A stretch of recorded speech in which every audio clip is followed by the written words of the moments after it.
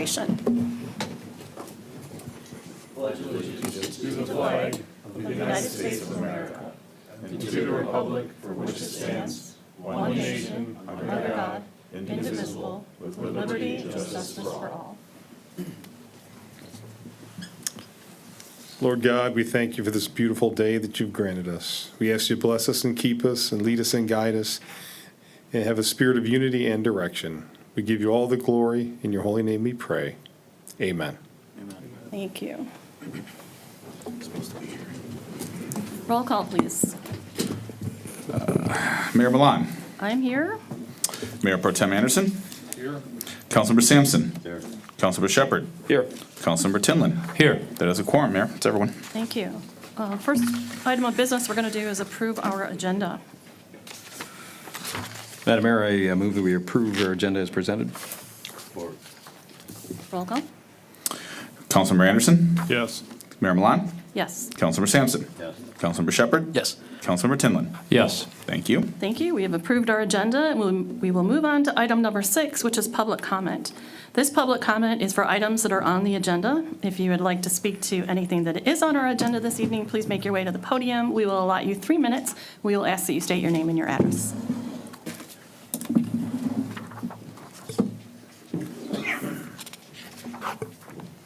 Good evening, Madam Mayor and Council.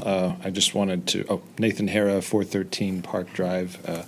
I just noticed in the minutes today that August prepared, our city clerk, 2 public comments from our last meeting. I wanted to just, if possible, adjust the wording of, I am not openly questioning the need for the school bond. I was just inquiring at the time with the superintendent for the nature of the cost structure. It was worded as a 0 millage increase, and I wanted clarification on that, as well as the need for a special election in August. It wasn't clear to me from any research I had done why that was the case. So I just wanted to perhaps correct the understanding of that. And if meeting minutes can be reflected as such, that would be great. If not, it's not a big deal to me as long as you guys understand where I was coming from. The other point on the meeting minutes I noticed was my inquiry about the way the last council election went. And I similarly, I'm not intimidated by underage participants in the election. I think that's ridiculous. And I think it was just a misunderstanding. So I want to say I was just looking for a process in place that would verify that eligible candidates going onto the ballot were indeed eligible, and that a substantive effort was being taken to make sure that this is a clean election that didn't invite a lot of litigiousness afterwards. So if such things could happen, I actually was really encouraged by the city manager's willingness to just do commonsensical things as necessary, if that's appropriate, or if it's a motion, so be it. Anyway, that's what I wanted to ask. One last question as it pertains to a different order of business, however. As I said, we're going to have this special election in I think 10 days' time for the school bond issue. And I saw a public notice issued online for like an online newspaper version of a paper that is in Chicago. But I was not sure where the average Clawson resident would look to locally in a newspaper. I certainly didn't get anything in the mail about a public notice of the election, so I was just curious if you could help Mr. Gitschlag to tell us where those public notices go and if they're being done so that everybody can participate in this election. Thank you very much. Thank you, Mr. Hara. Would anyone else like to speak? Okay. Then we will move on from public discussion to proclamations and presentations. We have a proclamation this evening declaring July 2023 as Parks and Recreation Month. Whereas Parks and Recreation is an integral part of communities throughout this country, especially here in Clawson, and whereas Parks and Recreation promotes health and wellness, improving the physical and mental health of people who live near parks, and whereas Parks and Recreation promotes time spent in nature, which positively impacts mental health by increasing cognitive performance and well-being, and alleviating illnesses such as depression, attention deficit disorder, and Alzheimer's.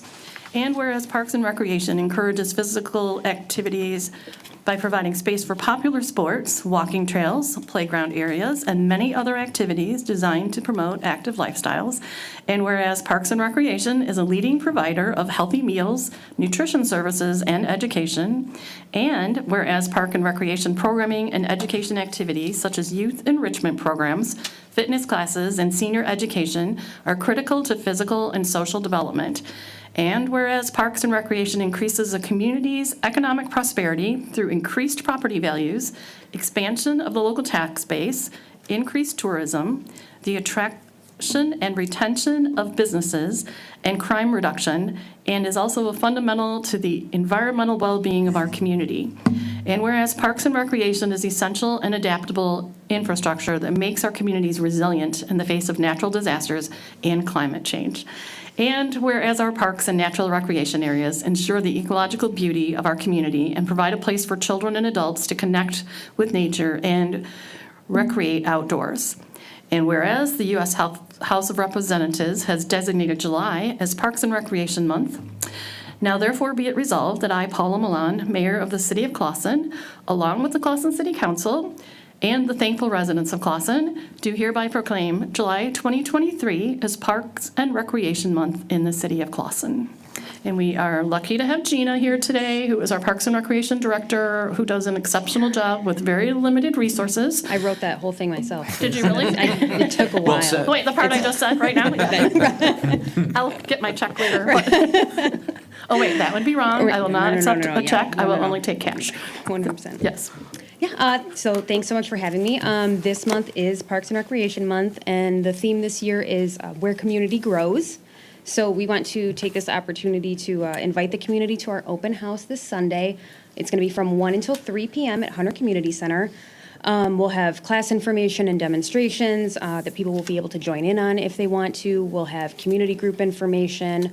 We'll have the senior center open, and our transportation vehicles will be able to be walked through and such.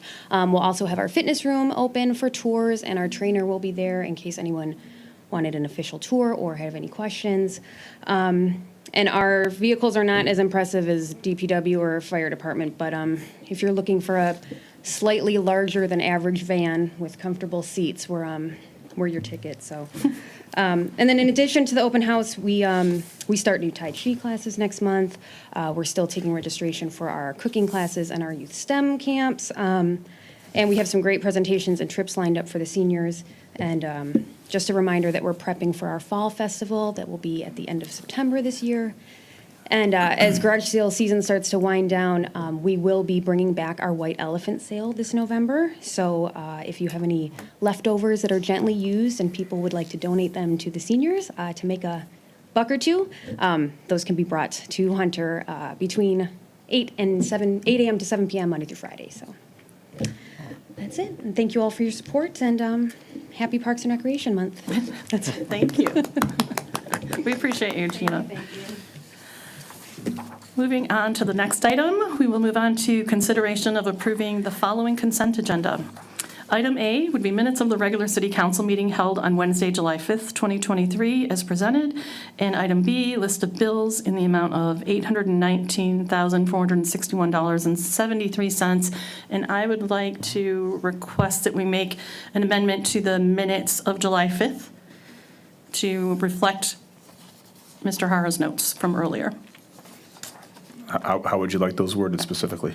I believe he said something to the effect of, and underneath the version for, where it made a reference to his concern over underage voters, he would like it to say, these are words that I heard him say, eligible, his concern was ensuring candidates are eligible to meet the requirements. He was not specifically, I was here that day, I did not hear him say that that was his only concern, underage. He was just referencing an incident that took place, so I feel like it would better represent what happened there. And then also maybe a comment that said that there would be a follow-up, which our city attorney did provide us with a follow-up of his legal opinion about what can be done for people who are seeking office, right? What kind of vetting can be done or verification of candidates. So is that possible? I can put it in any way you like. It doesn't, I have however you want it to be worded is how I'll put it in. Just make the motion. It's fine. I just did, right? I did make a motion. Not however you want to second. Yeah, no, not I mean, however. you can't. Sorry. I think, Madam Mayor, if I may, for purpose of just clarifying the city clerk, it is not just however council and/or the mayor want it, but, perhaps maybe a commitment to listen to the minutes again and an update as may be necessary. That portion, in case. I think that would address it. Madam. That's fine, because I think the whole point was the context of the conversation or the concern was broader than what you stated. And I think it's unfair to just make it look like he was complaining about something that wasn't it was not the point. Madam Mayor, if I may, could we just simply approve the consent, remove that from the consent agenda, and then we'll put it on the next meeting, and we'll approve the consent agenda with the bills for payment? Sure, as long as that gets addressed too, as long as this is still addressed, sure, we can do that. Right. No, saying bring it back with different language. to Yeah, I'm approve fine later. with that. I Yeah. assumed that's what we Okay. would have to do Yeah, anyways. that's what we do, yeah. Yeah. Okay. Okay. All right, then that, I will take my motion back, which was seconded already, but we'll just approve The list of bills. the list Part of B. bills with a note that you'll come back with different The language only, for the sure. minutes, right? That was a motion. I think, Mr. Anderson, you still have a second, I presume, correct? Mr. Sampson? Or Mr. Sampson, Councilmember pardon me, I Sampson had the apologize. motion.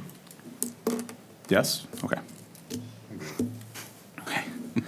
Mayor Milan. Yes. Councilmember Sampson. Councilmember Shepherd. Yes. Councilmember Tinlin. Yes. Councilmember Anderson. Yes. Bills are paid. Thank you. Now that our bills are paid, we are going to move on to item 9A, new business. Consideration of a new Class C liquor license for the Nuri Chicken located at 1 South Main. Nick? Good evening, Madam Mayor and Council. So Nori Chicken has been in business here in the city of Clawson, on the southeast corner of 14 Main Street since December of 2021.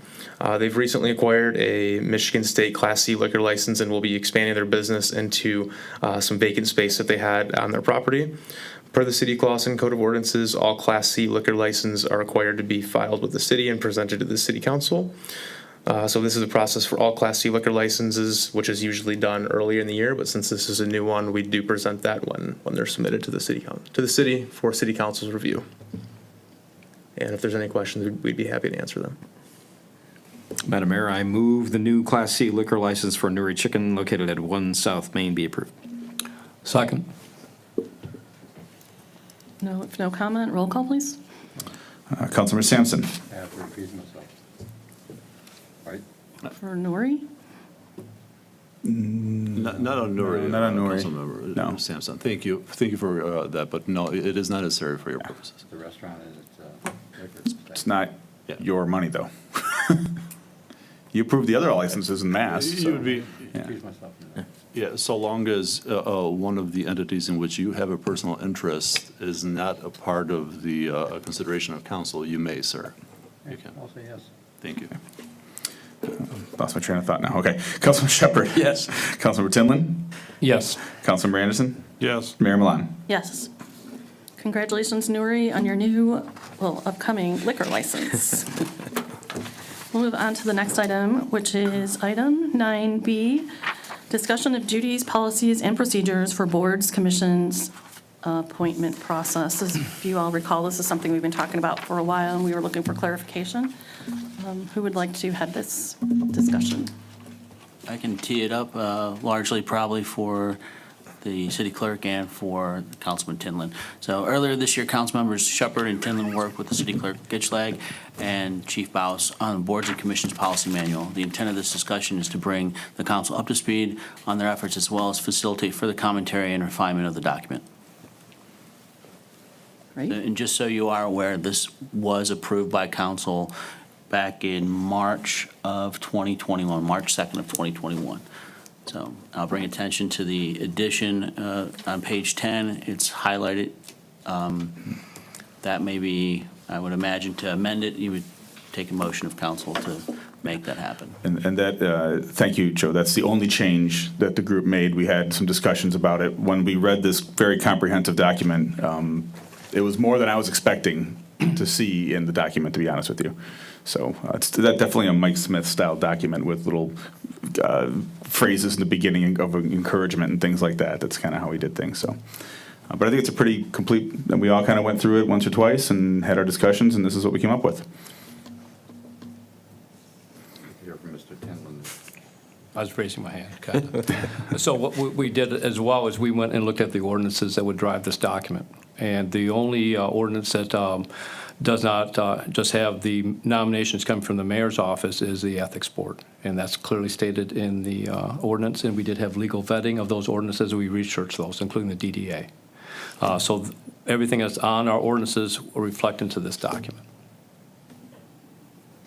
We need a motion to accept it That'd be in order. and start using it?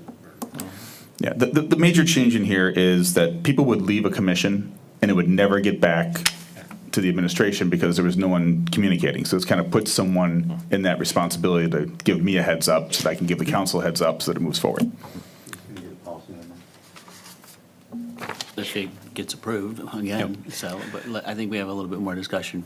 And then also, what the whole thing is that they have city administration officials assigned either by natural, if they're supporting a commission like Nick for the planning commission. So that's spelled out in the city administration controls.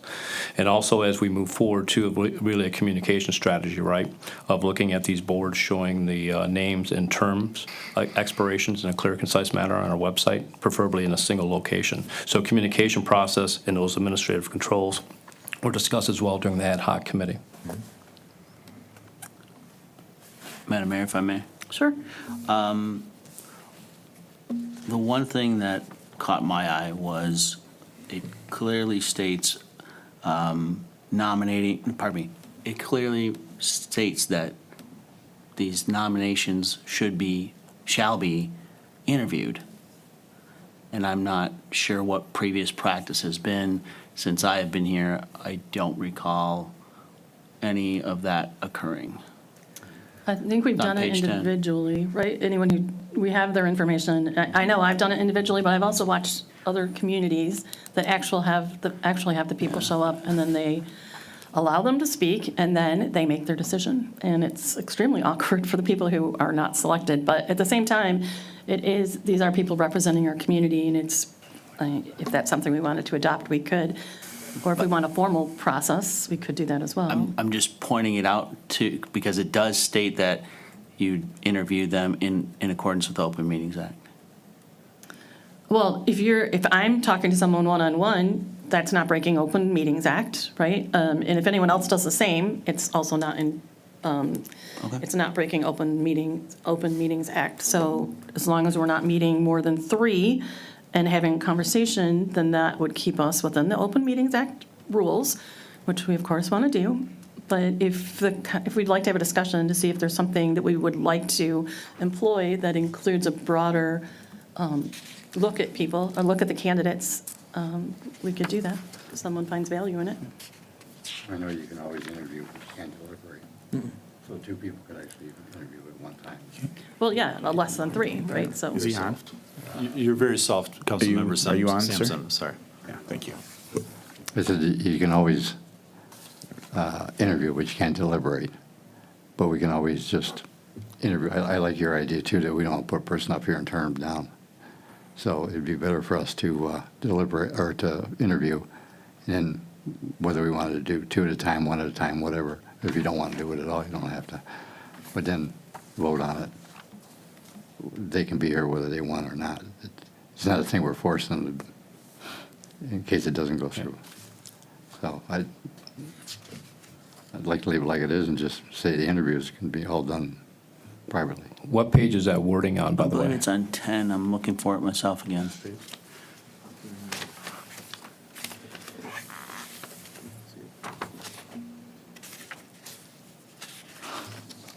No, keep looking. it is 10, it's underneath appointment. Interviews of interested and qualified applicants shall take. It states, as positions become available, the mayor and city council will review applications. Interviews of interested and qualified applicants shall take place in an open meeting. I just wanted to point that Oh, out. that's good. Yeah. I would recommend changing shall to may. so that if you wanted to, you could. And that would allow the individual conversations, if we elect to just have Well, one it just, one-on-one? if you wanted to bring in and talk to a couple people, you could. Okay. I'm good with May. This also implies then, if we say interviews of interested and qualified applicants, even if we say may take place in an open meeting, it implies that there will be interviews, right? So do we want to set a standard where we absolutely have interviews? I know several of you have, we've all made I mean, calls I've to conducted people. interviews on my own. Yes. And certainly, if not having the opportunity, we have asked those members, I think it was recently Planning Commission nominees to come up and say something. But for the most part, we get the information on the packet, on what their background is, and certainly after that, if we have any further questions, we have an opportunity. And I've taken advantage of that. Not all the time. Right. But I have done it. Can we change it to May, including individual interviews or open meeting interview? That way we have both in there, and we don't have to have both, just as long as we talk to them. Everybody gets a chance to talk to them. So may take place individually or in an open meeting? Yeah. Yep. I'd make a motion to change it to that. Support. Support. But I would ask Mr. Talent, since he spent a lot of time writing. Edit. Yeah, just a wording, like either or, I mean, Well, the motion's made, so we're on that specific Yeah, sentence Yeah. is what we're discussing and voting on now. Still implying that there will always be interviews, there's so, always interviews, but whether publicly or open meeting or individual private meetings. Asking them to come up and asking them a couple questions like you often do qualifies. Yeah, that's after they're nominated, though, Yeah. yeah. And I guess no need to Not do before they're it until approved. they're nominated. You know, it's before they're approved, technically. Yeah. It says applications. Now, does that just the application of the person nominated, or is it all the applications? Meaning, if you apply, do you get an interview? I'm just pointing this out because That's it's why the word gone. may comes in. So the mayor has the mayor is the one that makes brings the people to city council, right? It's within the mayor's purview to identify the people we want to put on the boards, and then it's the city council's role together collectively to determine whether or not these people will move on to a board or not. They have the ultimate decision. We, as the body, have the ultimate decision. Therefore, if applications come in, if the mayor, whomever that may be, doesn't feel a person doesn't want to promote someone, then we don't do interviews on them. We only do them on the ones that are vetted to proceed. Right? Because there's no use vetting other people. So it would be like, we pick, there's 2 openings for planning. We bring 2 people in. For some reason, one is, everyone's like, great person, let's do it. And the next one is, maybe not, right? Someone has a maybe not, then we have to come back with more. But that way, we're not interviewing just applications as they come in. We're just interviewing according to the process, right? so the appointment would be more of the nominee, would the wording be? Well, I think the mayor's point is that you're making the appointment, so it's your interview to make before you appoint or nominate somebody.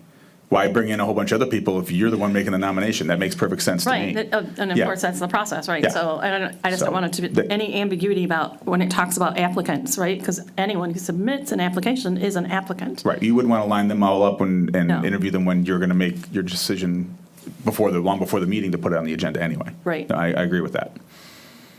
I just want to be sure that it's not ambiguous at all and that there's no hurt feelings, if nothing else, like just for lack of a term, on how the process works. So in other Who words, the gets term, talked to. using the word may implies an interview may or may not occur.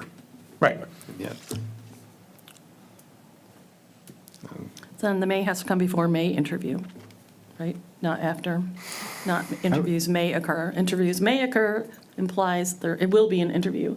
May interview implies you may or may not interview someone. I don't think my motion was to not interview the person. Yeah, my motion was whether we interview them here or in private. They always have to have an interview. But who are they? What they are you talking about? Are you talking the ones Well, that were vetted by the mayor, the ones that were nominated by Once the you select mayor? somebody, we all get to. Okay, We've all right. always gotten the chance to talk to them. Yes. So whether that's private or in public, but So it's nominee, not necessary, well, applicant. nominee, Okay. that would work. Yeah. Madam Mayor, if anything, it's just warning the applicant that someone might call them and ask them some questions. Yeah. No, and that's fair, right? Yeah. We want people to have conversations. And all we ever do through conversations is find out how great someone is, and then we're like really happy to have them. I think it's important to make that distinction, though, as far as you're an applicant and then you graduate to nominee. Yes, that was my concern. I'll modify my motion to add nominee. To remove the applicant part from that sentence. Yeah. Substitute with nominee. You okay with that? Interviews of nominated applicants instead of interested and qualified. Nominees. We'll just go with nominees Nominees, yeah. at the recommendation of council. His head Okay. was going up and down, so I'm assuming that's a yes from Yes. legal counsel. I was looking this way and not looking Well- it that way. So, okay. How does it Interviews read? of nominees may take place individually or in an open meeting. Okay. In other words, if the mayor chooses not to nominate an applicant, there will be no interview take place. Correct. Okay. Can you read it again, please? Sorry. Interviews of nominees may take place individually or in an open meeting. Okay. It's just implying that there absolutely are interviews. No, it says that there may be an interview, which means someone might call them or we might introduce them up front. No, I always- That's how I read, that's how I read Interviews. it. Council should always have an interview, They should, whether. but sometimes you're reappointing someone, sir, and you don't really, Madam Mayor, I know. think I think the moment that you have a conversation with whomever you seek to appoint, or the mayor, the Mayor, position of the right. mayor, has a conversation, that satisfies the criteria that you have in that sentence of the interview having, at least a interview having occurred. But- So I think in that sense, you know, I think it's important that all council people are allowed to, well, I understood, Interview. but addressing the mayor's Yeah. concern, because I think it is a valid concern, but it is satisfied the moment that conversation occurs. Okay. I don't want to stop future councils from not being able to talk to the, No, absolutely. Person. Absolutely. And I think that's what that sentence addresses. yeah, okay. Okay. All right, I'm good with that. I had one question, though. In the section that talked about city council, which I don't know where, under city council member, requirements for holding office, it listed must be 25, must be a qualified city voter. Those are not the only qualifiers for holding office in the city of Clawson. Do we need to list, we have a one-year residency at this point? Do we need to list that? Is there anything else we need to list? Because if we're listing two, we need to list all. Yeah, so, Madam Mayor, I think leaving probably, I noted, I reviewed what was there. That's a bare minimum. Obviously, the legal requirements are not necessarily stemming from this document. The legal requirements for somebody being a candidate of council are separate and distinct, and they're constantly evolving. To address the question that you ask, which is a good illustration of one of the problems that sometimes we run into, the residency requirement has gone through a series of cases all the way to the Supreme Court. And certain requirements have been upheld, others have been struck down. So there's some requirements, there's one matter, one Supreme Court case where a 2-year requirement was struck down. However, certain other residency requirements with other attached considerations were upheld.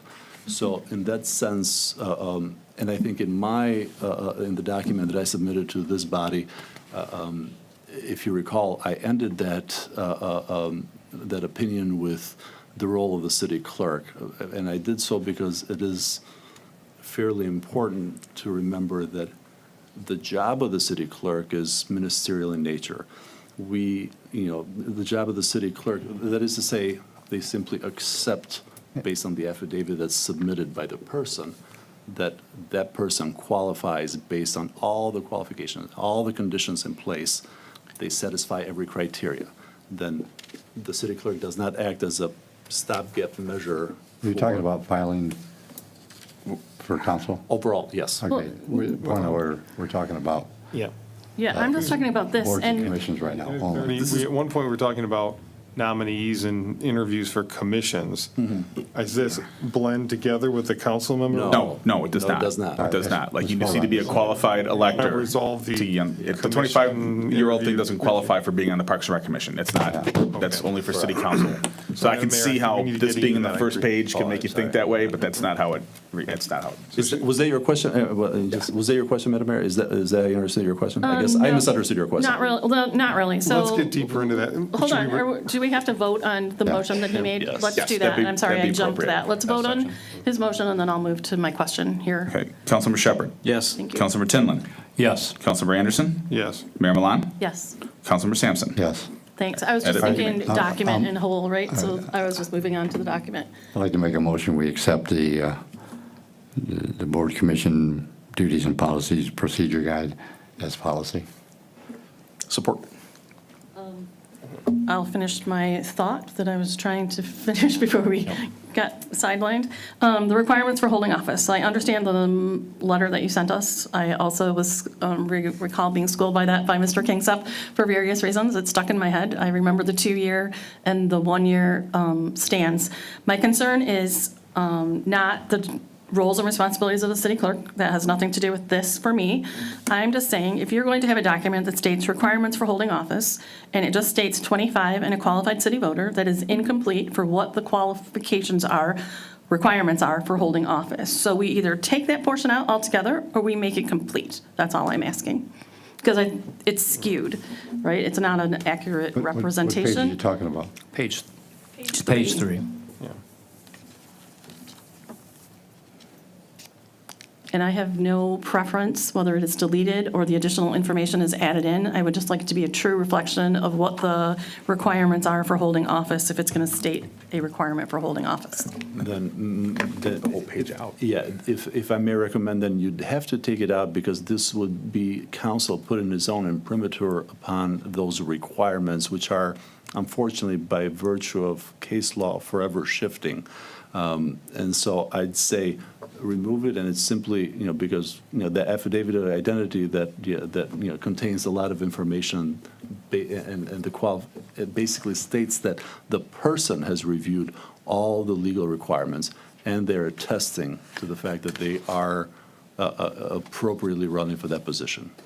So I would recommend, Madam Mayor, that the body consider removing that, the entire section. I have no problem with that. Does anyone have a problem with that? Yeah. The whole council From member? that document, yeah. I mean, it still needs to be reviewed, I think. I think ideally, if it were in, whatever verbiage is here would still be superseded by our charter and then any type of case law. So as in all of our documents, if the charter passed and they changed the age to 18, if for some reason people say, why do they have to be a qualified voter in the city of Clawson? And let anybody be on our city council, which then that would be superseded as well, much like any of the other things, right? So we could pick that one, but I'll make a motion, we delete page 3. hang on a second, Ms. And I think Councilmember Tinlin has comments. if you look at the entire document, they put that section in because in every board and commission, they talk about the requirements of serving. So I think it was just they were trying to keep the format, whoever created this document back then, so. Yeah, understandable, just if it's going to, it should just be complete, that's all. So, Okay.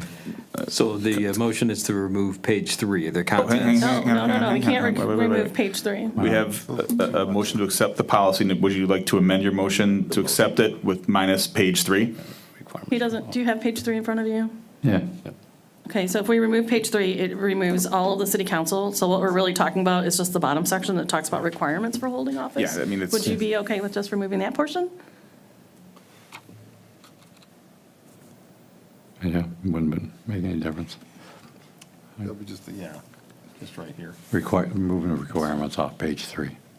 I thought I'd modify Those it. two, okay. Who seconded this? So I still support. Still support? Yep. Thank you, sir. Any other comments, thoughts, ideas? Just to clarify, we are removing the requirement section from page 3 and nothing else. Right. Roll call, please. Councilmember Tinlin. Yes. Councilmember Anderson. Yes. Mayor Milan. Yes. Councilmember Sampson. Yes. Councilmember Shepherd. Yes. Thank you. Thank you. That will be adjusted. Now, what else do we have to talk about regarding this section? Councilmember Tinlin, you're smiling. That means you're like, I put a lot of Well, time into this. Let's talk about this. We need a motion just to talk about, now we have an approved document, right? So the next thing, at least my world, is, getting out all those openings and the communication of those openings. So do we need a motion for that? No, Okay. no, we do not. So, now we have the process defined. All the applications are to your office, but if you look at it, how many openings do we have out there, both in empty seats, reappointments? Because I know there's been some manipulation of the city website to take some of that information down until probably this process was passed. So like, Nick, for example, yours is current, with all the names of the members and their expiration dates.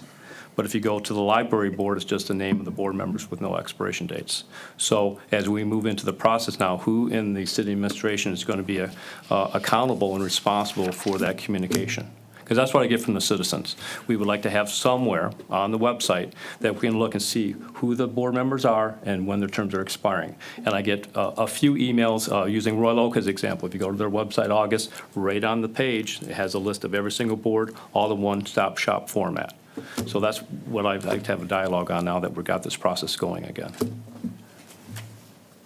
We can make that happen. I don't see any issue with putting the names and dates, expirations on there. That should be all on there and transparent. It's all up to date, up to like yesterday. As far as the information, not on the website, but the information is correct. Yep. So, and that's the next step for me, though, is now we're getting organized from an administrative control process, but now for the general public. Where can they go to see the open positions? Now, I've been, as a lot of my neighbors and acquaintances know, I've been on a ground game for months now, getting applications going to the Parks and Rec's my favorite board, so we got a few going there. So now, for the citizens to know, so how fast can we get the postings up there showing reappointment, open positions, et cetera, to the public? I don't see why we can't have it updated tomorrow and people can come and get applications and, by having this done now, we can solicit, beat the bushes for a couple council meetings if you want, or you could actually move forward if you'd like with what you have in hand, and the pleasures, the mayor and councils. Would it be easier if we gave you the whole week? Here's the thing, there may be some people who are sitting back waiting for the final disposition from council on how to move forward.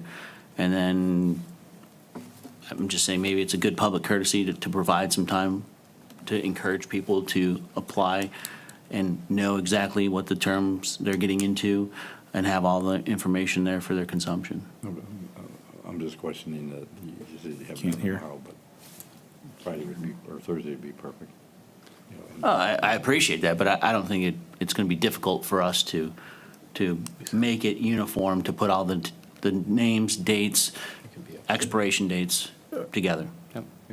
Just in one, it could be a link to one document. I'm not in the weeds on how we manage the city website, but I think it would be relatively easy.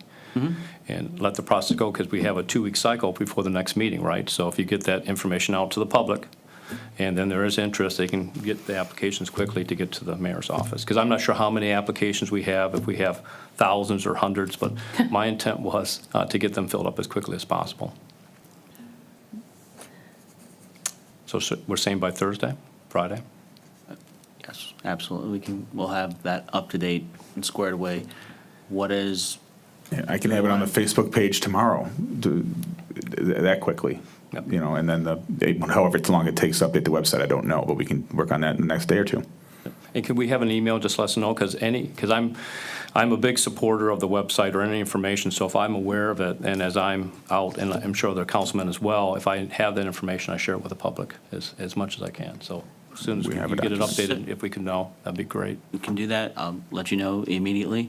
But to manage expectations as far as, it's not just the council that's also trying to solicit interest. It's also department heads that are trying to get people to apply as well. So to that end, what is the expectation that this will be before council for your consideration? Next meeting, 2 meetings from now? I would say, let's, Would be great.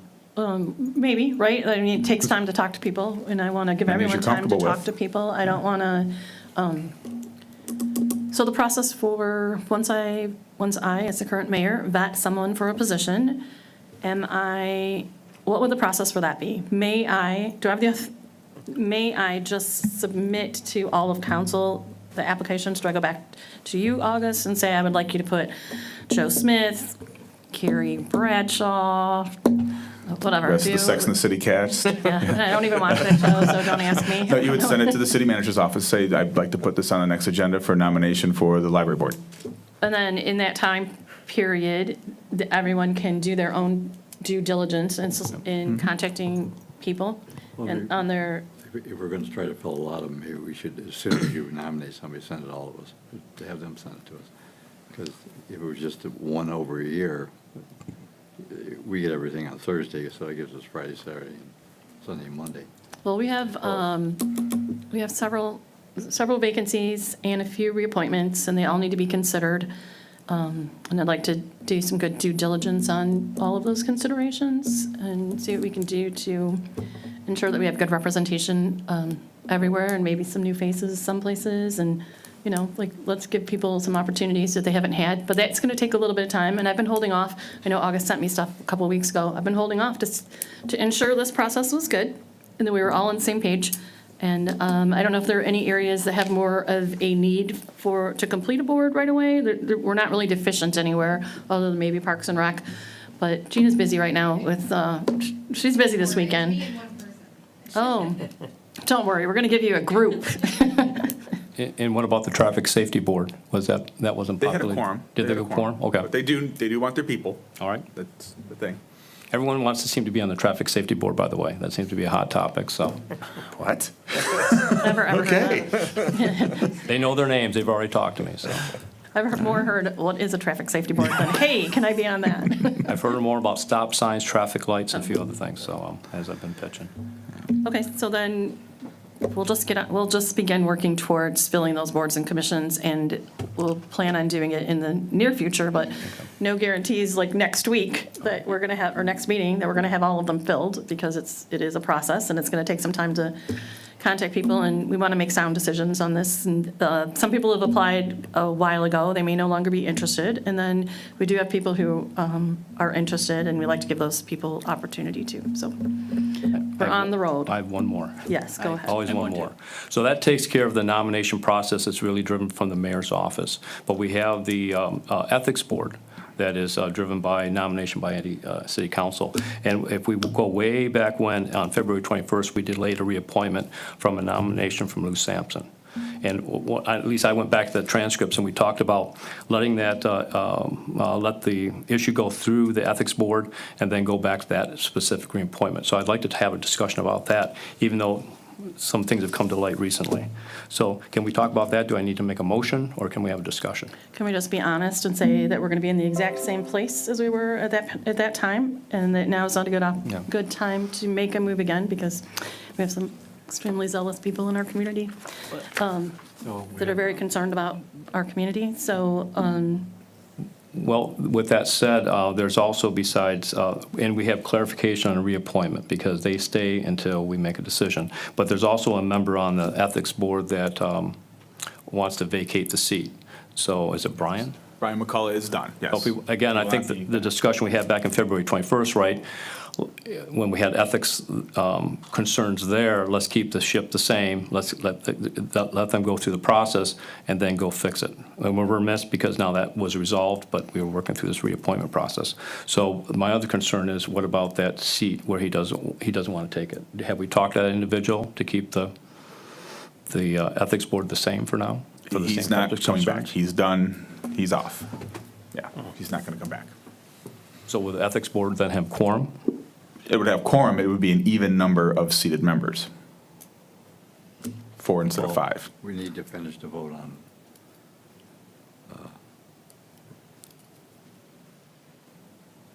Just Mr. Newshire is still, I don't think we voted on it.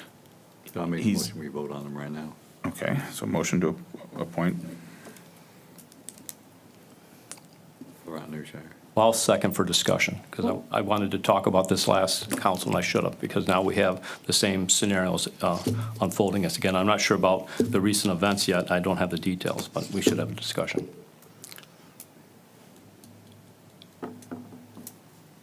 So Mr. Nushai is currently sitting on the board in an expired seat, and all of the rules state that you can remain in an expired seat until you are reappointed. So- Replaced. Or replaced. Or reappointed or replaced, right? I mean, we have the option to reappoint someone or replace someone. And that's an interesting thing as well. So on ethics, My motion- well, no, it's just a vote, right? My motion was to reappoint him back in February, Yes, I recall. not appoint him, to reappoint him. And we just, I gracefully said we could just wait, and just keep him on. But I think it's Councilmember time. Sampson, you're very soft, we cannot hear you. I said, my motion was to reappoint him.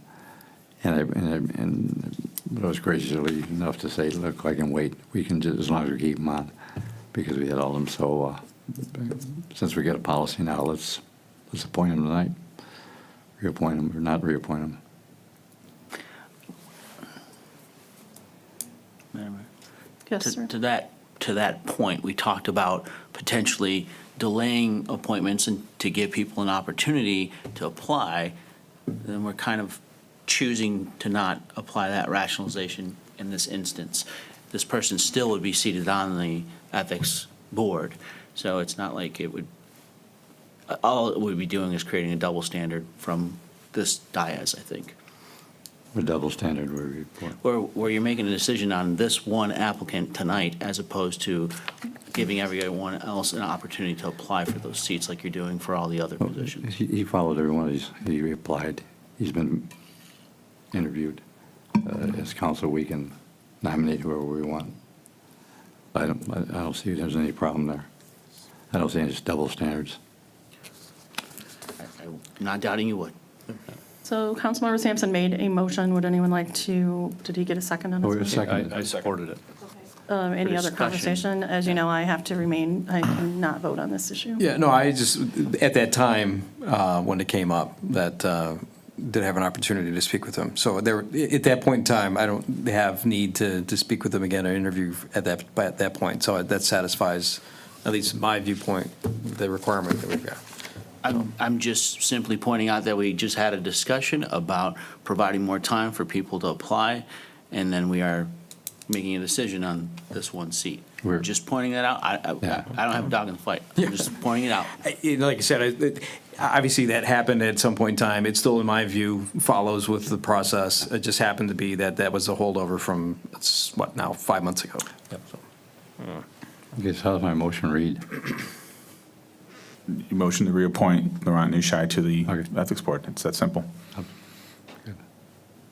So it was seconded so it could be discussed, so. Yep. And Mr. Tindall, you have any I just would like to have some input, because, he's been waiting 5 months, and I did get an opportunity to interview him, and I was fairly newly on the council. And then just even on the last event, some of the words he said as far as his decision for the vote. I mean, there are divisions in our community, and there are always going to be, but I think he acted with the appropriate measure of a responsibility. So that's why I want to bring it to the point. He served the board, he served it well, and I want the discussion in the council. Okay. Let's call the vote and see what happens. Mr. Anderson's been quiet. Well, I feel torn, because Mr. Tinley, in my sentiments, I agree with you. However, I think the city manager's point is well taken, that we are just now going forward to try to open the process, and yet here we're going to go forward and close it for at least one seat. However, since it is a reappointment and he's been there for some time, I would be willing to, I think, reappoint. So then if someone made a motion to reappoint other people who are up for reappointment and have already submitted applications this evening, would you be willing to move on those as well? Because he does have a good point in moving on. Mr. Nushai would remain on that board in that seat at this time if you don't make a move. So the question is, do you want to act with what we just said we were going to act with, or are we making an exception at this point? We only delayed 5 months ago in February, March. So we could write this, it's written. He's met everything on here. We've met everything on here. We've all interviewed him. I think it's only fair to him to either say, hey, we want you or we don't want you. They'll know if it's a Nick? replacement or a reappointment. Okay. Nick? So one thing that might kind of help dictate how this goes forward tonight is in the ordinance, it reads, members shall be appointed for terms of 3 years, except that of those first appointed. So 2 shall serve for 3 years, 2 shall serve for 2 years, and 1 shall serve for 1 year. And so those were identified back when the board was first created, the members were identified. So I don't know how that current setup is staggered right now, and I'm not sure Which they'd is be able to be appointed to the proper term. Which is reappointment with proper That's rotation. expired. So it's not staggered anymore? No, that's only for the first run, and it's not uncommon when commissions are created that you have an odd 1 year, 2 year, 3 year thing. But that was only for that very first board, whatever the makeup was, however long ago it was. But that should be passed by now, like all done and reappointed. Yeah. So it doesn't say terms though in the ordinance unless I'm That's missing only for, something. Nick, Madam Mayor, if I may, that's only for purposes of staggering, so the council's appointments and/or reappointments fall on different times, at different years, but for no other purpose. And that's why it's done only for the first board. The different expiration dates, not all at once. Is it written that it's only for the first year? Yes. Yeah, it is written like that. I'm sorry for the misinterpretation. I just didn't want to make sure we were missing anything. Yeah, basically it's language to set up the rotation system. Yeah. basically. So, I'll be honest with you, I'm a little frustrated with the whole process because what we have is a situation we're trying to appoint members for an ethics overview. And every time and apparently it takes nothing to lodge an ethics violation. In fact, we could have an endless stream of them coming in here, in theory. Rennesses or anything to restrain someone from filing a spurious complaint. No. Okay, so, Spurious. okay, so my point is this, we can be looking at an endless stream of these things, and frankly, we had one 3 months ago, or whatever it was. And every time it looks like that's hobbling the process. Meaning, when it's time to reappoint, well, hold on, step back, we're currently under the process of another ethics complaint. So, that said, I'm just in a sense venting frustration at the whole process. And I would maybe be open to revising this process significantly. Separate thing. A separate We gotta, discussion, but, yeah. sorry. I'm sorry, venting, commenting all at the same time. Yes. We have a motion on the floor. Let's vote. Say, Councilmember Anderson. No. Mayor Milan are you voting? I'm not allowed to vote on this. Okay. am I? Councilmember Sampson? yes. Councilmember Shepherd? Yes. Councilmember Tinlin? Yes. He's appointed. So what would a term be 3 years. for everyone from this point on? Yes. Only that first board was like that, so they would not all expire on the same year and had a mass appointment. It would always be like 1 here, 1 here, 1 here. Mr. Nushai, the other Mr. Nushai? Thank you. Congratulations on your reappointment to the Ethics Board. Any other conversation regarding any of this here? No? That was good. So we shall move on to item number 10, which is old unfinished business. Do we have any old unfinished business? As we have no old unfinished business, we'll move on to public comments for items not on the agenda. If you're with us this evening and you would like to discuss items not on the agenda, please make your way to the podium. We'll ask that you give your name and your address, and we'll allow you 3 minutes. Hello, it's me again, Nate. I guess the appointment of the Ethics Board vacancy is not on the agenda, so I can talk about it here, right? Sure. Fair? Open seat. Okay. Do you know where the last Ethics Board violation was over? Allegedly, it was doing things like this that weren't on the agenda.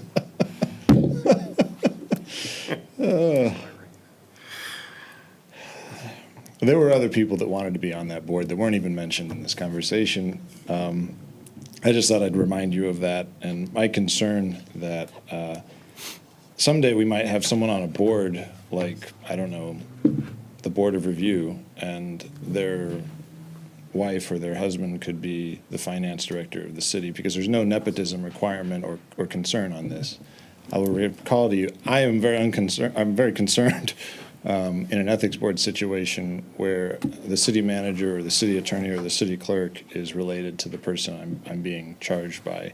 So it happened. It is where it is. I just wanted to remind you of that. And it's not too late to make amendments or changes to these policies to address those kinds of things. And but I appreciate the choice you guys had to make. There was a vacancy. You had to fill it. I get that.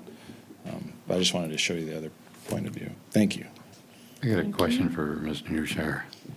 Does the council hire you by name or hire your firm by name? Firm. That's what I thought. There's no, your firm's part of this. Thank you. Would anyone else like to speak during public discussion this evening? Welcome. Thanks for sitting through our meeting tonight. This is very interesting. That's what we do here. We do interesting well, don't we? I'm Jennifer Margraff, and my address is 899 Medina Drive, Rochester Hills, and I am the Chief Program Manager of the Autism Society of Greater Detroit. I'd like to introduce our organization to Clawson and its council. About 8 years ago, a handful of small Michigan chapters of the national organization of the Autism Society of America closed their doors here in the Detroit area.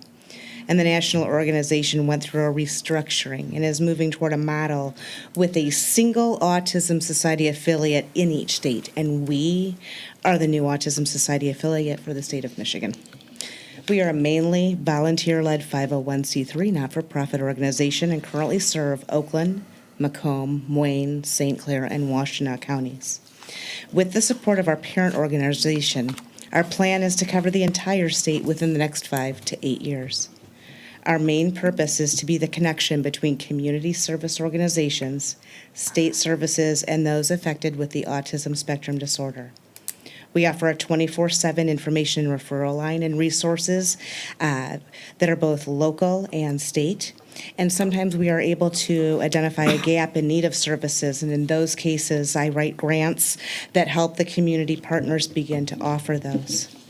As an example, this year, the Autism Society of America became a proud partner of the Aging and Disability Vaccination Collaboration, otherwise known as the ADVC, a nationwide initiative to increase access and uptake of COVID, flu, and other routine vaccinations with a focus on aging and disability communities, including our autism populations. The Autism Society of Greater Detroit joins ASA in this effort by addressing the needs of our own communities by offering accessible vaccine clinics and related training and education. We are seeking healthcare and community partners who are interested in increasing vaccination rates and improving the vaccine experience. Partners will receive training and support in the Autism Society. The Autism Society Accessible Vaccine Clinics create inclusive vaccination environments by reducing barriers to vaccine uptake in the autistic population, providing tips on communicating with autism, disabled, and aging population, sharing effective strategies to reduce pain and anxiety for those families during the vaccination visit, disseminating support such as visual schedules, communication boards, and social stories during vaccination appointments, providing practical tips to improve vaccine confidence by employing strategy to reduce stress when vaccinating neurodiverse patients, and distributing free accessible vaccine kits. These accessible vaccine clinics are funded by a grant from U.S. Aging and the Health and Human Services Department, and these are provided free of charge. Part of the grant project is also to forge meaningful ongoing partnerships which support the implementation of the project goals during the grant period and beyond. We provide local initiatives including social meetups, virtual groups for adults, teens, and caregivers as well.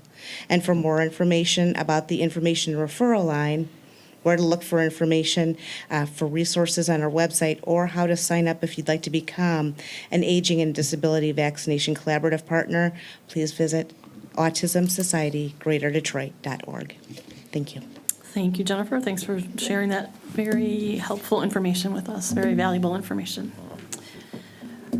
If there's no one else for public comment, we will close public comment and move on to the city clerk's report. August. Thank you, Madam Mayor. I want to remind the public that the due date for petitions to run for mayor or council is next Tuesday at 4 o'clock. We won't accept anything after 4 o'clock. I highly recommend not waiting until 3:58. We do want to take the time to make sure all your paperwork is in order so we can get it all to the county on time. In addition, I will be in the office on Friday from 9 to 4, read that backwards. 9 a.m. to 4 p.m. in case anyone wants to withdraw. So I have to be open on Friday. The deadline is 4 o'clock on Friday to pull your name off the ballot. That's Friday, the 28th. Yes, the 28th. Thank you. Then, let's see, public notices for the election were published in the paper in the Royal Oak Tribune 3 weeks ago, along with the close of registration date, which is Monday. Monday is the last day you can register to vote by mail or online. You can always register to vote in person, even on election day, and it counts. But you can't mail it in or do it online without being in the clerk's office after Monday. That's the deadline, the mail-in registration deadline. That was also published in the paper. Other than that, I have been in contact with Oakland County and with the city of Troy, and we are going to go with that option for the early voting in November. Aileen has been great. She has a huge staff, and it's going to be just as easy for us to get it done. So we're looking forward to that. Any questions for me? It will be Troy then? It'll be Troy. Yep, up Livernois at the Parks and Rec Center, that big center they have up there. But not for August. It doesn't start yet. Let's make it clear. Any other questions? Thank you very much. We'll Thank move you. on to the city attorney's report. Mr. Nushai, I feel like we should introduce you because it's been so long since you've been here. I've had a great summer. That's nice for you. Thank you. I have nothing this evening, but I'm happy to answer any questions you may have, Madam Mayor. Thank you. Anyone? Rennis, last meeting, I was attempting to load up August with a bunch of work as far as vetting candidates. I read your opinion. It sounds like pretty much that cannot be done by and large. That his job is to simply make sure they filled out the affidavit, sworn to it, and that's it. That's the job of the clerk. Am I yes. interpreting? Okay, I'm interpreting the You are. letter correctly. You are. Okay. It was interesting how many members of the staff came up and showed me their ID on Wednesday morning, though. Well, good. Keeping them straight. So he will not be Were any carding. of them running for office? Yeah. Actually, one candidate did come in and slap his ID on the glass for me. So he will not be carding people. Correct. Fingerprinting them. Correct. Retinal scanning them. He will not be Not yet. doing criminal background checks on them. Correct. All right. That said, in humor, there still are requirements. Yes. For example, do we have a residency requirement here? We do. I mean, there is one, obviously, that's listed in the charter. What duration? I'm sorry? Of what duration? Now that's the trick bag is the duration. There's been some case law out there that has struck down those residency requirements. There's been some, there's at least one case that upheld a 6-month requirement, I believe, but that 6-month requirement, it wasn't just simply the residency requirement, it was coupled with other items, therefore. August, to get back to answer your question, not August, the city clerk. Again, the function is ministerial in nature, which means the moment a person says, signs an affidavit that says, I satisfy all the criteria, I've reviewed charter, code of ordinances, state law, whatever else, and I satisfy all the criteria, the city clerk must accept that, and that person must add it. If you look at the case law that we have with respect to that particular area of how these challenges come about and how the case law is made or how law is made in regards to, for example, is the residency requirement that a city or municipality has passed by way of its charter and our code of ordinances, is that valid law? Does it comport with our law? Those are challenges, those are fringe challenges, meaning they don't come from the city, they come from other people outside the city, people who are running campaigns and so on and so forth. Almost uniformly. I shouldn't say almost uniformly. Uniformly, I have yet to see something coming from the municipality itself. So, for the city of Clawson, do we have a requirement for residency? Yes or no? Well, and it's not a simple question as that. In my humble opinion, our our charter's residency requirement is unconstitutional. The 2 years, I saw that. So if 2 years is unconstitutional. Correct. Is 2 minutes constitutional? That's my question, is duration of Then the time. moment that particular provision falls, we no longer have a provision, we no longer have a residency requirement, because we don't have a savings clause there that says if 2 years, then 3 months. My point is, if we know that 2 years has been struck down as unconstitutional. Right. Do we have a new time limit No. in place to replace that? No, we do not. Doesn't our charter clearly state that we had the 2-year requirement written in our charter? And then it said 2 years, and then it said something, something case, blah, blah, blah, struck down. But then it says 1 year has been upheld. Upheld, yes. Which would lead one to believe that, okay, Clausen, you can't have 2 years, but we can go with 1. Because Yes. that's written in our charter, Yes, right? ma'am. That verbiage is there. So You- should we not just say we have a 1-year charter? Well, you can't 1 just say year? that, you would have to pass that. Then why is it in there now? Why is it written in It there now? isn't. It's just Are you saying it's It's just in simply, our charter. are you, because I've read the chart of the amendments, are you suggesting the 1 year that it was upheld, that's simply a reference point? Oh, but by the way, over here. Yes. 1 year. Yes. So right now, we're still floating in an undefined zone, is what you're saying? Well, our charter states we have a 2-year residency requirement. Those 2-year residency requirements have been struck down. Our charter says nothing else about a 1 year or 6 months or anything else. We could pass, like our charter commission could have made that amendment that said we have a 1-year residency requirement now. And that would be, if passed by the voters come November, that would be our new residency requirement. But Okay. we can't Until just simply, challenged. until challenged. Yeah. But we could not simply say 2 years has been struck, therefore we are coming up with our own. You know, it couldn't be just an action of council. Could you please read to us that section? And I know we started off doing that a long time ago and it did not go well. But could you find that section for me and read it to us? And while you're looking it up, can we pause and go to our city manager report? Or do you want to I wait do for have him to another look it question up? for him. He can but look we it up. pause that, yeah. He knows where it is Well, it's- exactly, or I'll look it up, which we've also done too.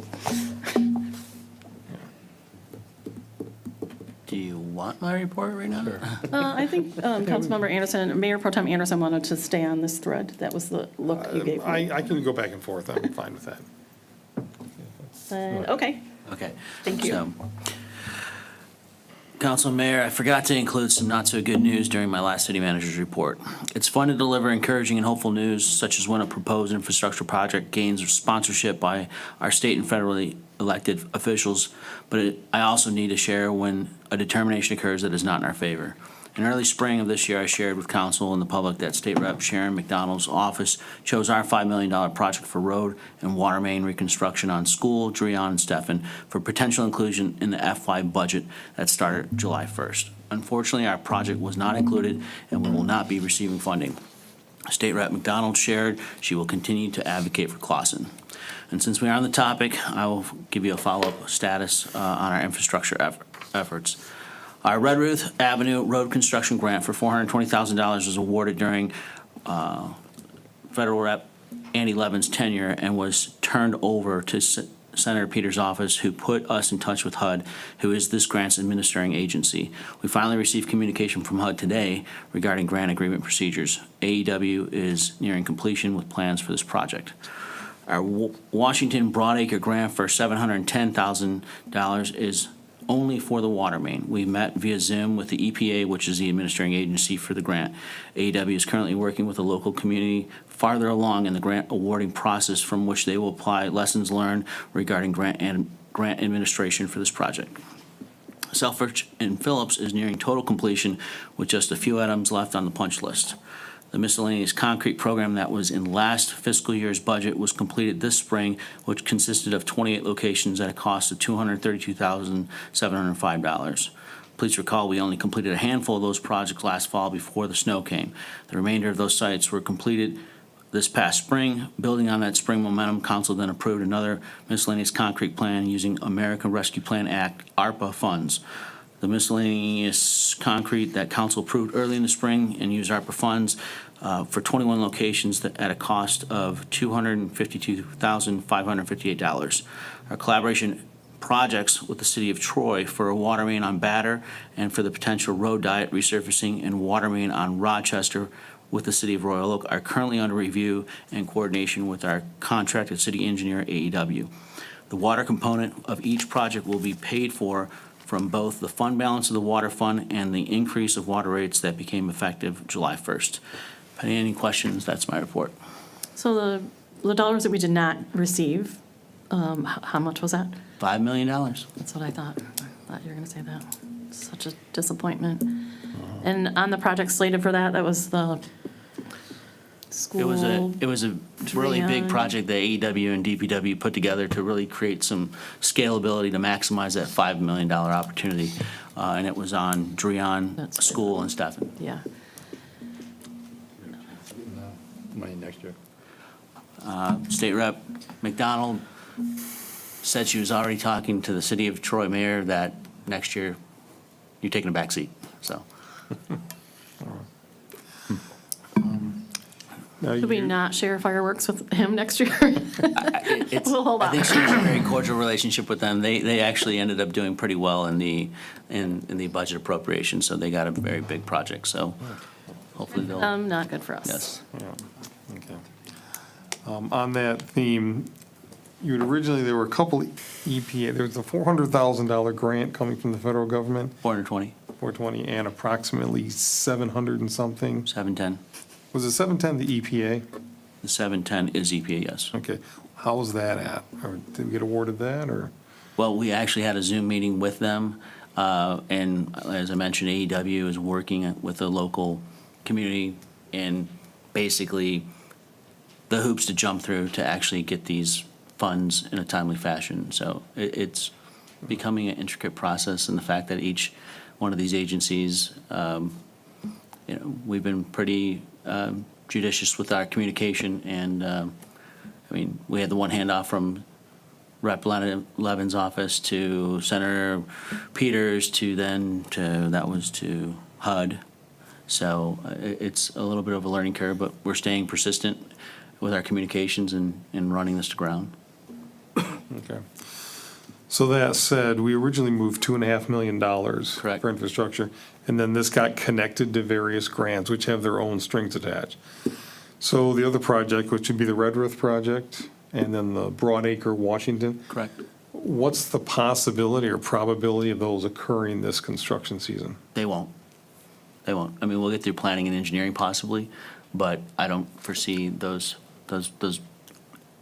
We'll have another meeting.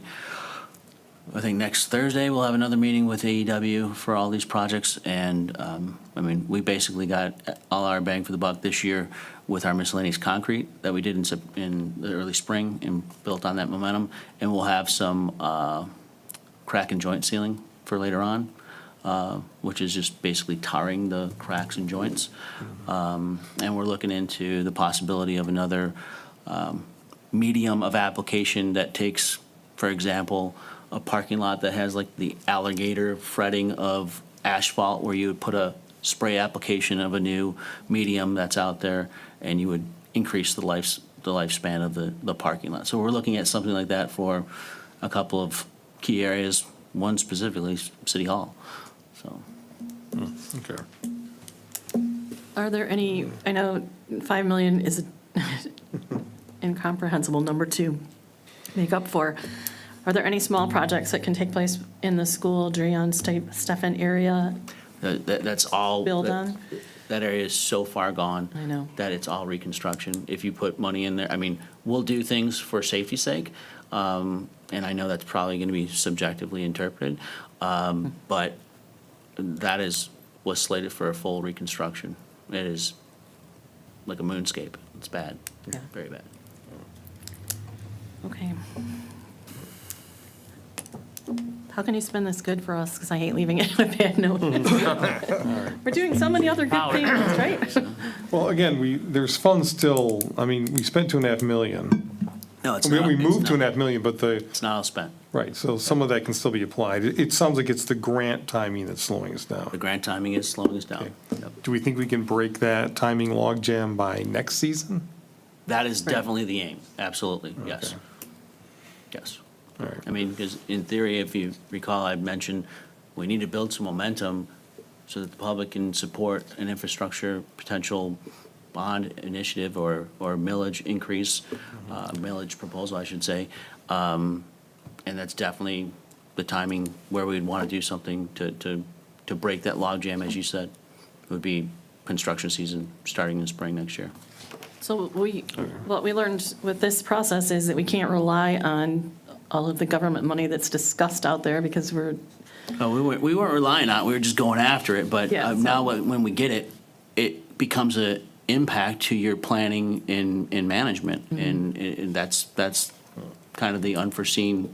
We've yet to really fully understand how we're going to receive these funds, just because of the communication lapse with the federal government. But we know that we're confirmed for it. So moving forward, perhaps we could have certain projects that have grants attached that affect timing, perhaps other projects that we're just doing on our own. We actually did, which was the Phillips, Selfridge Phillips.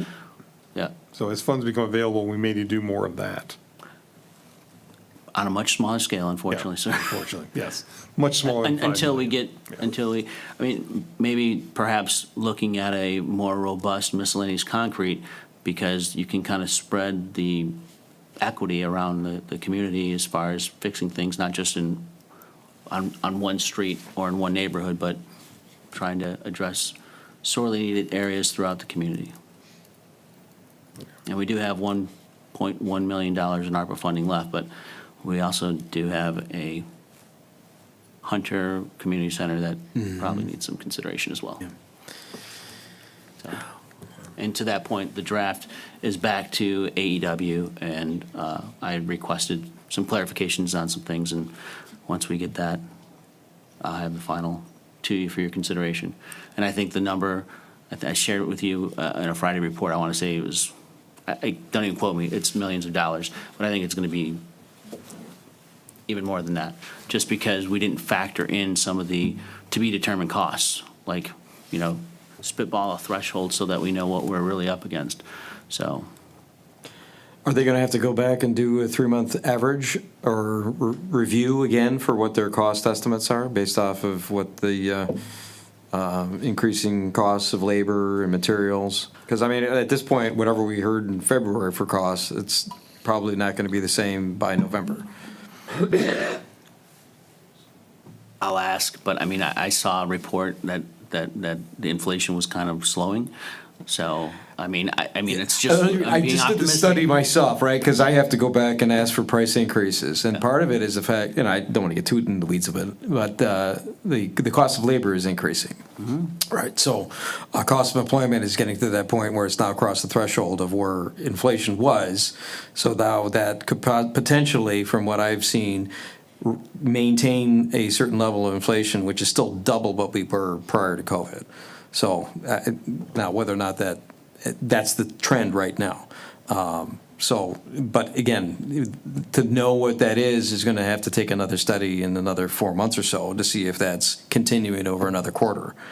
And that's where, okay, so if we're looking at what we need to budget for now for those projects, whatever we had before, we understand, inflation has come down a little bit, but cost of employment is still going up.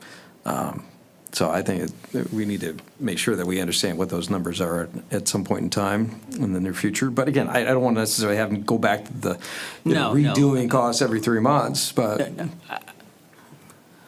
I think once we see the numbers, they may determine our direction by themselves. All right, in the meantime, we just need to call our state representatives in the Appropriations Committee and make our voices heard. so when do you anticipate, this is not a great topic, but it follows the theme. When do you anticipate that we will be ready to have a real conversation about going out for bond money, funding money to our citizens? Because we're going to have to. There's absolutely. this is proof that we can wish all we want, and we're going to have a little bit of help, but we're not going to have enough help to get us up and over. And as horrible as it will be to ask, and as horrible it will be for all of us to contribute more, we're selling ourselves short the longer we wait. So are we close to being ready to discuss that? Because I think we need to discuss it. I don't have enough tangible information to give you, like, that it would be to rationalize it in what would be Entire. yes. Yeah, So that's- I'm actually starting we started the conversation last week with AEW about we need to start reverse engineering this. If we want this on the 2024 November ballot, which is what I was targeting, then we need to start reverse engineering our plan so that we can identify what is a potential palatable millage rate that the residents of Clawson could support. Yeah, that will actually address the critical needs. It will address them. To what extent is to be determined.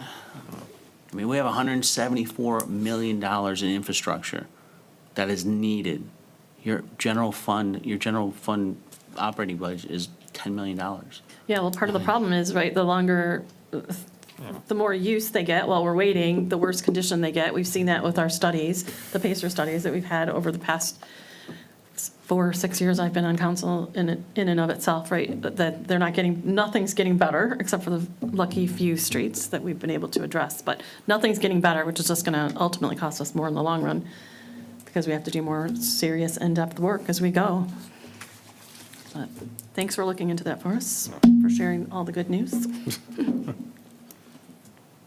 Any other questions for city manager? No. Okay, then, Mr. Nushai, thank you for doing this and going back and sharing what you found. So you asked to read the section that dealt with this. It's section 4.01 of the charter. It states, "All the powers of the city, except as otherwise provided by statute or this charter, shall be vested in a mayor and a council of 4 members elected at large as hereafter provided. No person shall be eligible to the office of mayor or councilman who shall not be at the time of his election or appointment 25 years of age and a citizen of the United States, and have been a resident of the city of Clawson for at least 2 years, and an owner of real property assessed for taxes in the city, or the lawful wife or husband of such person." Then the editor's note states, "A 2-year residency requirement for elected officials, similar to that found in section 4.01, which is this section, was held to violate the Equal Protection Clause of the 14th Amendment to the United States Constitution in the case Green versus McKeon." It gives a cite, and then it continues, "The property ownership requirement of this section is unconstitutional. See Quinn versus Millsap." Gives and a series of cases there. So that's the statement that we Okay. have. So where does that leave us? It leaves you without a residency requirement, and it leaves you without a real property Residency length length requirement, and then also a real, like, you don't have to be an owner of property in the city Sure, we as well. understand. The property thing, that goes back to hundreds of years, actually. But as far as the residency being undefined, so they could live here 24 hours, Yes, sir. and there's nothing at this point this council could even do about that because that's in the charter. It would have to be by charter, yes. Well, August, you're one of the closest to the Charter Commission. Have they addressed this issue in their many revisions? I couldn't tell you right now off the top of my head. Okay. We went through a lot of it. Okay. Email you in the morning. Okay. Let you know what they came up with. What the proposed language is, I can send to you tomorrow. Yes, proposed. That's easy. Okay. All mine. Thank you, Mr. Nushai. Thank you. Ma'am. Moving on to city council comments, Councilmember Shepherd. No comments. Thank you, Councilmember Tinlin. Well, I've only got about 12, so we'll start, no, just 2. So just a real quick update, the performance tool, since, we've got the reappointment process kind of down the right tracks now. We just have a legal review. It's been edited, reformatted, and we've been keeping city council abreast of those changes. And the goal is to have this to council for vote and review next meeting. And then just, I've got a few notes from citizens about Airbnb. Again, I know was on the Planning Commission's agenda in June, but just rental agreements in general. And a question, I guess, for the city manager. I know there's a rental requirement, it's a 2-year document you have to renew when you have a rental property. Do we keep track of the rental properties in Clawson? Yes. Okay. Because in my journeys, as I work through neighborhoods, a lot of times there's complaints naturally on the maintenance of those rental properties, right? Ordinances, weeds, whatever it may be. So is there a program where we watch those rental units closer than individual houses, or no? They are inspected when they're, once they apply, and then our code enforcement is always out diligently looking at looking into complaints. And then when they're driving around the city, if they notice any home out of compliance, they'll write them a letter. And if they're in violation of not being on the rental registry form list, what's the penalties for that? Because that's the other comments I have, is where there are rental properties and we know they're not on the list. Is that list public, by the way? I don't think it's public by nature. I'm sure it's FOIA-able. It is. Yeah. Sure it is. Okay. Who would be the right individual for those concerns to forward that email to? Because, again, that's not my process. I can handle it. Okay, yeah. all right. Our I'll office send you a can. few then. All right, thank you. And then just as a side note, if people see code violations in the city, definitely please forward them on to the code enforcement office here. You know, one of the best ways that they can get out there in the community is by people sharing what they see, because we've got 2 part-time staff and they can't get to every inch of the city every day. So just a side note. Thank you. No, that's it. That was only 2. Mayor Pro Tem Anderson. I have no comments. I do have, I'm sorry, one additional question for the city attorney. Where are we at with the short-term rental agreement? I know that the planning commission dealt with it. I don't recall it being back. I would have to get back to you, Councilmember Anderson, if you don't mind. We do have a member here, I think. No, but I presume it's, thank you. Members. Good point. But I presume it's a broader question between, planning as well as staff and. Okay, that's fine. And the, If you could, this one's been marinating for a while. We passed the original short-term rental agreement ordinance yeah. with the understanding that it was really just kind of a baseline, and now we want to move on. Yeah, and I think it was, it went immediately to the planning commission. There was some consideration of it, but I think it went back then to maybe with Giffords Webster, which is why I'm not giving you that full answer. Unfortunately, I'll have to get that full answer. Okay. So this week, we probably all received a note from a resident who's concerned that there is an Airbnb 2 away from her, and then they're putting one behind her. And she's had problems with the one, and she's concerned about the other. So I think we had talked at some point about density, about how many we may allow. I just think that it's a real issue we need to consider for people in a situation like this, right? It's like any neighbor. If you have a great one, not a problem. If you have a person with a dog and they take good care of it, not a problem. Chickens, same story. But if you have a bad neighbor or someone that's just not considerate, or people in and out that aren't considerate, then you have a problem. And I think we want to do our due diligence to ensure that our residents are comfortable in their homes above transient people coming in, being comfortable in someone else's home. So if we can look at that. Yes, ma'am. Moving forward. Thanks. Now, I'd leave chickens out of it. That's a term here. But other than that, absolutely.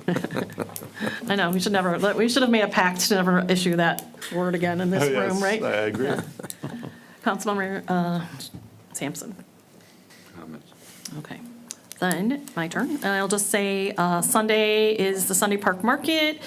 I hear that there will be a magician there, so if you like magicians, I think he's supposed to be there around 10:30. Go have fun, buy some good cookies and fresh produce, and enjoy your morning.